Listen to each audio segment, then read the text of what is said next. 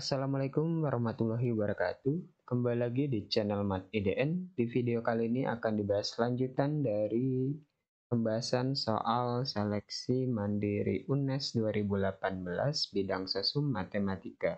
Sebelum kita bahas, jangan lupa untuk like and subscribe channel Mat IDN dan jangan lupa untuk follow Instagram Mat IDN untuk soal dan pembahasan harian matematika. Soal nomor 6 di sini tentang kaidah pencacahan. Jika pengulangan tidak diperbolehkan, banyaknya bilangan genap 4 digit yang lebih dari 5.000. Oke, berarti ini bakal menggunakan aturan perkalian ya. Nah, di sini patokannya bilangannya nggak ngulang, terus lebih dari 5.000 dan 4 digit, berarti sampai 9.000-an ya, 9999 harusnya ya. Oke, dia mau yang genap ya, bilangan genap lebih dari 5.000. Oke, berarti di sini kita bakal perhatikan pasti belakangnya ya harus genap, dan juga kita pisah-pisahkan menjadi depannya 5, depannya 6, depannya 7, depannya 8, depannya 9. Kita bedakan menjadi 1, 2, 3, 4, 5 kasus ya. Oke, ini depannya ya, 5, 6, 7, 8, 9, kayak 5.322 kayak gitu misalkan contohnya. Oke, sekarang kita mau depannya 5. Berarti siapkan 4 digit, dapat. Ini udah pasti si 5.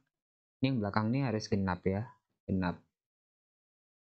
Oke, karena depannya udah pasti 5, pasti ada satu cara genap. Nah, kita mulai dari yang genap. Genap itu kan ada 2, 4, 6, 8, 0. Berarti untuk yang ngisi bisa di belakang tuh ada 5 cara ya. Ini dari 2, 4, 6, 8, 0. Dan karena dia nggak ngulang, berarti ini harus beda nih angka yang tengahnya ya. Karena angka itu ada dari 0, 1, 2, 3, 4, 5, 6, 7, 8, 9, ada 10 ya. Udah dipakai 1 buat ngisi yang depan jadi tinggal 9, dan buat ngisi yang belakang jadi tinggal 8, sehingga ini bakal menjadi sisanya. Karena ini harus bilangannya berbeda ya. Jadi yang tengah ini sebagai sisa. Jadi di sini tinggal 8, terus keambil lagi buat ngisi yang barusan jadi tinggal 7. Nah, berarti untuk yang depannya 5, ini caranya adalah ini ya. Nanti tinggal dikalikan. Oke, nanti aja kita kaliin ya. Nah, sekarang yang depannya 6. Sama ya, siapin 4 digit. Depannya kan 6, berarti ada satu cara. Nah, di sini perhatikan depannya 6 kan genap ya. Maka nanti untuk yang isi belakang itu selain 6, yaitu 2, 4, 8, 0. Berarti cuma 4 cara doang nih buat ngisi yang belakang. Nah, selanjutnya ini pasti sama aja ya. Bakal sisa aja nih, sisa. Berarti sama kayak tadi udah keambil 2, sisanya dari 10. Bilangan yang bisa ngisi tinggal 8, di sini tinggal 7 gitu ya. Nah, nanti kita satuin juga. Sekarang depannya 7. Nah, ini sebenarnya sama aja kayak yang 5 ya. Jadi depannya 7 pasti satu cara. Nah, ini kan 2, 4, 6, 8, 0. Ini 5, ini 8, nih 7 ya. Caranya kayak yang depannya 5, mirip atau sama ya. Yang 8 pun juga caranya sama kayak yang depannya 6 ya. Ini cuma 8, berarti ada satu cara. Nah, ini yang genapnya tuh sama ya, yaitu 2, 4, 6. Nah, 8 yang nggak boleh ya, 4 juga kan. Nah, ini 8, 7, itu sama ya, sama yang 6. Yang depannya 9 pun sama kayak yang 5 sama 7. Ini ada satu cara, ini pasti 5 cara ya. 2, 4, 6, 8, 0. Ini sisanya 8, 7. Dah. Nah, mereka ini nanti tinggal dijumlah aja ya. Jadi nanti yang depannya 5, depannya 6, depannya 7, depannya 8, depannya 9. Itu cara buat membuat angka genapnya tuh ada itu caranya ya. Oke, sekarang kita kelompokin ya. Yang 1875 itu ada 1, 2, 3. Jadi 3 kali. 1 kali 8 kali 7 kali 5. Ditambahin sama yang ini cuma 2 ya. 2 kali dari 1874. Ini tinggal kali aja sebenarnya, tanpa harus diginiin ya. Oke, ya udah, nanti ini tinggal dikali hasilnya. Nah, saya males ngitung langsungnya, saya keluarin 8 sama 7-nya karena sama ya. 8 kali 7-nya dikeluarin, nanti sisa yang dalam dari yang kiri itu adalah 3 sama 5, 15. Sisa yang kanan tuh, sisanya 2 kali 4, 8 ya. Jadi sama dengan 56 dikali 23. Nanti sama dengan 1228. 1228 yang C ya. Soal nomor 7 yaitu tentang statistika modus ya. Di sini diketahui hasil ujian matematik yang dalam tabel seperti ini, tapi masih ada X-nya di sini ya. Diketahui modusnya itu adalah 84,5 nih modusnya. Terus dia terletak di kelas ketiga ya. Di sini modusnya ya. Banyak siswa yang nilainya dalam rentang 71 sampai 80 itu berapa? Nah, berarti pertanyaannya X-nya ya. Berapa nilai X? Oke, tentunya untuk modus rumusnya seperti ini ya. Di mana TB tepi bawah, D1 selisih dengan atas, selisih frekuensi dengan atas ya. Ini selisih frekuensi modus dengan yang bawah. Oke, karena di sini udah ada modusnya, kita tulis dulu rumusnya. Modus sama dengan tepi bawah ditambah D1 per D1 tambah D2 kali C. Modusnya udah ada 84,5 TB-nya. Nah, TB-nya itu pasti di kelas modus, dimana kelas modusnya itu ini. Berarti tepi bawahnya adalah si 81 dikurang 0,5, yaitu 80,5. Ditambah D1. Nah, ini kayaknya karena D1 itu ini ya, selisih dengan atas. D1 itu sama dengan 22 kurang X. Oke, kayaknya nanti aja kita masukin 22 min X, kita tulis dulu D1 aja ya. Kita cari D1 berarti di sini ya. Untuk D2 itu selisih dengan yang bawah, berarti 22 kurang 10 itu 12. C-nya itu panjang kelas, yaitu lihat aja selisih ini ya. 71 sama 61 selisihnya 10. Oke, udah tinggal selesaiin aja. Jadinya 84,5 dikurang 80 itu 4. Sama dengan 10 kali D1, 10 D1 per D1 tambah 12. Kali silang jadinya 4 D1 tambah 12 kali 4, 48 sama dengan 10 D1.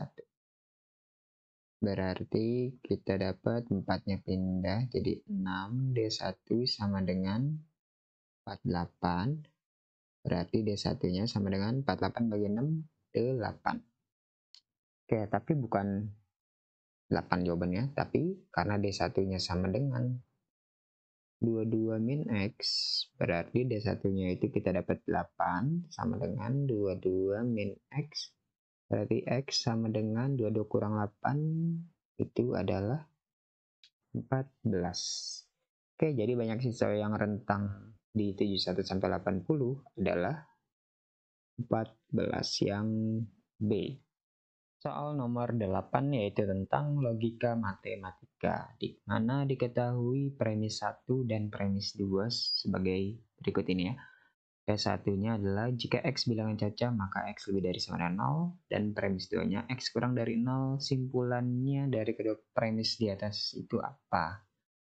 Oke, sebelum kita simpulkan kita ubah dulu ke notasi pernyataannya ya. Oke, nah ini untuk premis 1, ini adalah pernyataan majemuk implikasi karena menggunakan jika maka. Maka kalau pernyataan majemuk kita jadiin dua pernyataannya, yaitu P-nya adalah X bilangan caca. Kalau pernyataan majemuk pasti ada peki-pekinya gitu ya. Q-nya itu adalah X lebih dari sama dengan 0. Sehingga untuk premis 1 kalau kita ubah ke notasinya adalah P implikasi Q. Nah, lihat premis 2. Ini kan mirip kayak yang Q-nya ya. X lebih dari sama dengan 0 itu merupakan ingkarannya adalah X kurang dari 0 ya. Jadi untuk yang X kurang dari 0 itu merupakan ingkaran dari Q. Jadi kalau di logika matematik, lebih dari itu lawannya adalah kurang dari sama dengan. Kurang dari itu lawannya adalah, atau ingkarannya adalah lebih dari sama dengan ya. Kalau sama dengan lawannya itu adalah tidak sama dengan. Oke, berarti untuk P2 cuma ingkaran Q. Nah, dua pernyataannya menjadi seperti ini. Maka apakah ada simpulan yang bisa diambil? Nah, itu termasuk ke dalam modus tollens ya. Dimana untuk modus tollens, kalau ada P implikasi Q bertemu dengan ingkaran Q, maka kesimpulannya menjadi ingkaran P ya. Udah ada ya di situ ya. Sehingga ini bakal menjadi, samakan itu udah ya, ingkaran P. Nah, kan P-nya adalah X bilangan cacah, sehingga untuk ingkaran P jadinya adalah X bukan bilangan cacah atau tidak bilangan cacah. Ada ya jawabannya yang D. Soal nomor 9. Masih tentang logika matematik, cuman pernyataannya cuma satu ya ini ya. Ingkaran dari pernyataan, nah ini pernyataannya, semua persegi adalah belah ketupat adalah, nah ini cuma satu pernyataan atau satu kalimat gitu ya. Nah harusnya kan tinggal tambahin tidak aja ya, tetapi perhatikan ya, kalau dia ada kalimat berkuantor, berkuantor itu kayak ini ya, ini semua itu kalimat berkuantor, maka nanti dia ada ingkarannya ya, ada perubahan ingkarannya. Nah, dimana untuk semua setiap itu ingkarannya adalah ada beberapa atau enggak terdapat ya, tinggal pakai salah satu. Jadi nanti untuk semua persegi adalah belah ketupat, itu pasti lawan semua kan ada. Nah, itu kalimat utamanya itu adalah ini ya. Persegi adalah belah ketupat, maka lawannya adalah persegi bukan atau tidak belah ketupat ya. Ada persegi yang tidak belah ketupat. Nah, ini saya ngikutin dari pilihannya ya, ada ya. Maka di sini jawabannya yang C ya. Jadi ingat ya, kalimat berkuantor itu kayak semua setiap itu kalimat berkuantor, ada beberapa terdapat juga itu kalimat berkuantor dan mereka saling beringkaran. Jadi semua lawannya itu ada atau ingkarannya itu ada. Persegi adalah belah ketupat, itu ingkarannya adalah persegi bukan belah ketupat. Tetapi karena ini ada adanya, maka kalimat bagusnya adalah ada persegi yang bukan belah ketupat, atau enggak ada persegi yang tidak belah ketupat. Dan yang ada jawaban tuh yang C ya, yaitu ada persegi yang tidak belah ketupat. Soal nomor 10 di sini menyederhanakan dari bentuk eksponen ya. Oke, pastinya untuk sifat-sifat eksponen yang kita gunakan ini ya, yaitu kalau ada dua eksponen yang bilangan pokoknya sama, itu maka pangkatnya dijumlah, kalau dikalikan nih, kalau dibagi dia dikurang, kalau dipangkatin dia dikali, kalau ada dua angka yang dipangkatin maka masing-masing bisa memiliki pangkatnya, dan kalau ada pangkat negatif itu bakal diubah ke positifnya adalah sepernya ya. Oke, berarti ini kita langsung kerjakan aja ya. Hingga ini karena di luarnya ada pangkatnya 2/3, kita bakal masukin itu menggunakan sifat yang ini ya, yang keempat ya. Maka nanti jadi 8 pangkat 2/3 A pangkat, nah ini kan minus 1 ketemu 2/3 itu jadi dikalikan, jadinya min 2/3. B nya juga sama ya, dikalikan 4 kali 2/3 itu 8/3 per, ini juga sama, 4 pangkat 3 A pangkat 3 B pangkat 3 dikali, nah ini 2/3, ketemu pangkat lagi min 2/3. Jadi 3 kali 2/3 itu 3-nya habis, jadi min 2 pangkat. 2 pangkat min 2 hanya pangkat min 2/3 B-nya. Nah, min 1 kali min 2/3 itu positif 2/3. Oke. Nah, lihat nih ada yang sama ya. Ini sama nih, catat aja ya. Oke, karena ada 8, ada 4, ada 2. Kita bakal ubah ke 2 pangkat aja ya. Jadinya 2 pangkat 3 itu 8 ya. Ketemu 2/3 nanti. B pangkat 8/3 per, ini juga sama ya. 2 pangkat 2 ya. Nanti ketemu sama 3.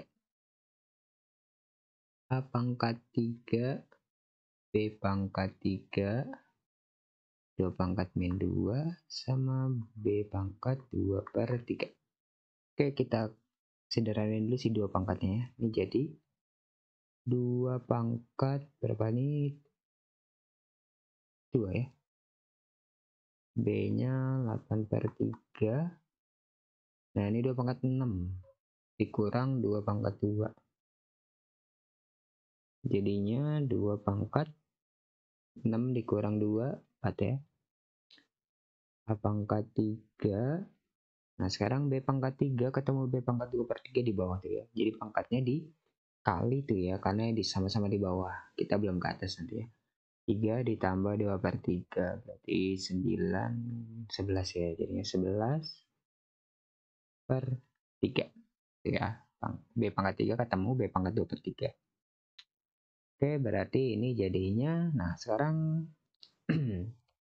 kita bakal pindahin ke atas semua misalkan ya. Jadinya 2 pangkat 2 kurang 4. Nih kalau manual lagi nih ya. A pangkat min 3. Terusnya A-nya nggak usah kemana-mana ya, di bawah aja ya.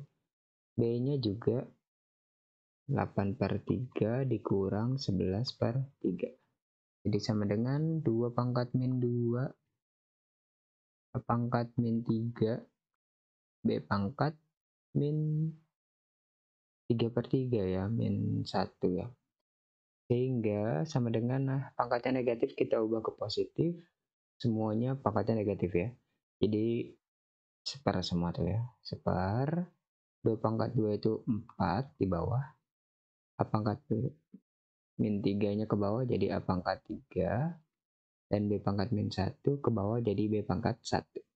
Nah, sehingga jawabannya ini ya, 1/4 A pangkat 3 B. Jawabannya adakah? Ya, ada yang A. Sekian video kali ini, jangan lupa untuk saksikan lanjutan video selanjutnya di channel ini. Terima kasih. Wassalamualaikum warahmatullahi wabarakatuh.